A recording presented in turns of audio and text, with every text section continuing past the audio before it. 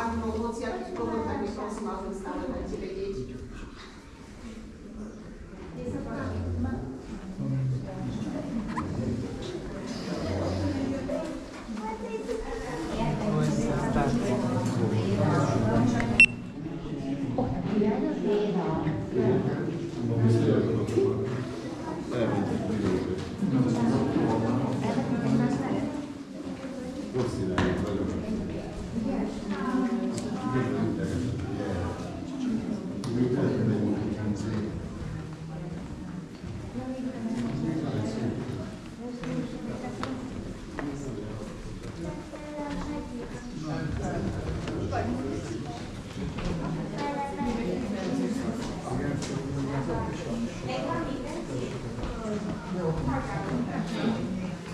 You don't make video?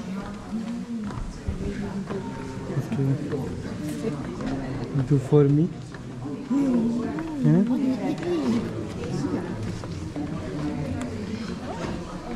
Momentálne sa nachádzame v tzv. Galérii pred vchodom do Kaštieľa, no a táto miestnosť kedysi patrila medzi jednu z tých najpodstatnejších miestností v Kaštieli, pretože práve tu mali bytostia Andrášovcov oznámení z tej marky bohatý pán Kaštieľa a ako ďaleko do histórie siaha jeho rod. Portréty, ktoré sa v tomto priestore nachádzajú, sem boli pravdepodobne dané počas poslednej rekonštrukcie Kaštieľa, čiže okolo roku 1905 a zobrazujú až 6 generácií predstaviteľov rodu Andráši. Na tejto strane v dolnom rade, úplne naľavo v modrom kabáte, sa nachádza grof Leopold I. Andráši, ktorý nebol iba zakladateľom nášho anglického parku, ktorý presahuje rozlohu až 50 hektárov, ale taktiež založil aj knižnicu, ktorú si spolu pozrieme na druhom poschodí. Na tejto istej strane, teraz vo vrchnom rade, v druhý správa, sa nachádza baron Anton Andráši, ktorý bol však taktiež aj tretím rožňavským biskupom.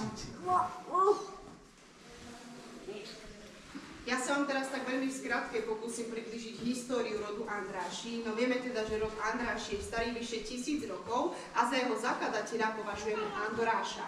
Andoráš sa v roku 1000 zúčastnil jedného turnaja, ktorý sa konal na počesť korunovácie kráľa Štefana I. A legenda hovorí, že tento Andoráš jediným sekom svojho meča predial svojho oponenta na dve polovice a získal tak prezývku Silný. V 17. storočí sa rod Andráši kvôli svojej veľkosti rozdelil na dve časti, alebo teda na dve vetvy. Rozdelil sa na staršiu petliarskú vetvu a na novšiu monockú vetvu, alebo inak krásnohorsko-zholovúcku. No a dnešní takí veľmi vzdialení potomkovia Andrášiovcov žijú hlavne v Spojených štátoch amerických, Kanade alebo v Rakúsku. Na tomto stojane sa taktiež nachádza rodokmeň rodu Andráši. No a ak odídete kúsok bližšie, tak si môžete všimnúť, že na vrchu tohto rodokmeňa sa nachádza meno samotného Andoráša. A taktiež si môžete všimnúť, že nad niektorými menami sa nachádzajú také rôznocitné korunky. Nad samotným Andorášom je to korunka 5 cipa, ktorá označovala zemanský titul. Potom nad Mikulášom I je to korunka 7 cipa, ktorá označovala titul baronský. No a potom ešte nad dvoma ďalšími menami sú to korunky 9 cipe, ktoré označovali titul grófsky. Taktiež si môžete všimnúť, že je farebne rozlišená tá petliarská vetva rodu od tej monockej.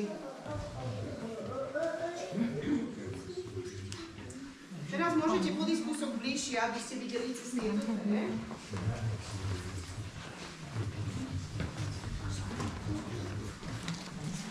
Cez presklené dvere môžete nahliadnúť do prelietby hosťovských apartmánov a ak si všimnete, tak v rohoch tejto miestnosti sa nachádzajú také malé dvierka. Môžete si skúsiť týknuť na tieto dvierka a si vedú.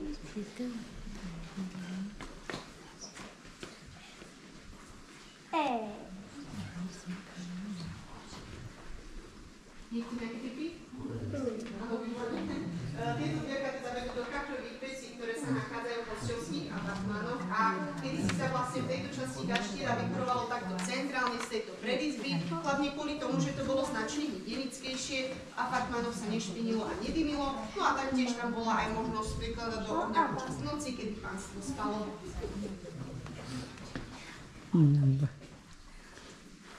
Cez tieto presklené dvere môžete nahliadnúť do tzv.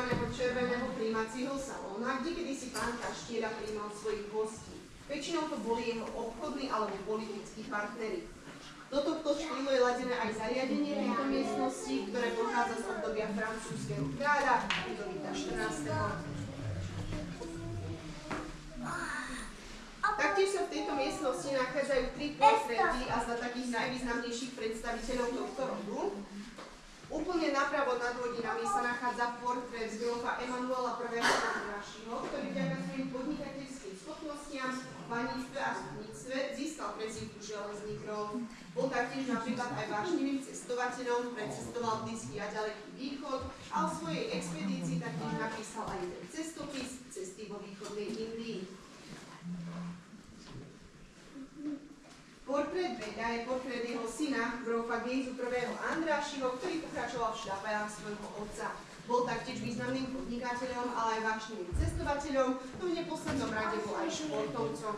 Pôsobil ako predseda Maďarského olympijského výboru až do svojej smrti v roku 1938, alebo taktiež napríklad v Uhorsku aj udomácil jazdeckej polo. Aktívne sa taktiež venoval aj porovačkám, ktoré, ako som už spomínala, sa konávali aj v okolitých revíroch tohto kaštieľa. No a každoročne sa tu v Betliari na ňu počesť konávajú porodnícke dni, ktoré sa teda budú konať onedlho. Posledný portrét nad pohovkou je portrét a za takého najvýznamnejšieho a najznámejšieho predstaviteľa tohto rodu. Toto je grof Julius I. Andrášy, ktorý sa veľkými písmenami zapísal do histórie európskej diplomácie. Aktívne sa zapájal do rakúsko-uhorského vyrovnania, taktiež aj ako palatín Uhorska korunoval cisára Františka Jozefa I. za uhorského kráľa a jeho manželku Alžbetu, známejšiu ako Sisi, za uhorskú kráľovnú. Jeho meno sa taktiež spája napríklad aj s tvorbou moderného uhorského štátu a taktiež aj pri Berlínskom kongrese. V tomto kaštieli síce nikdy nežil, narodil sa v nedalekom kaštieli v Vlachove, no veľmi často tu navštevoval svojho staršieho brata Emanuela I.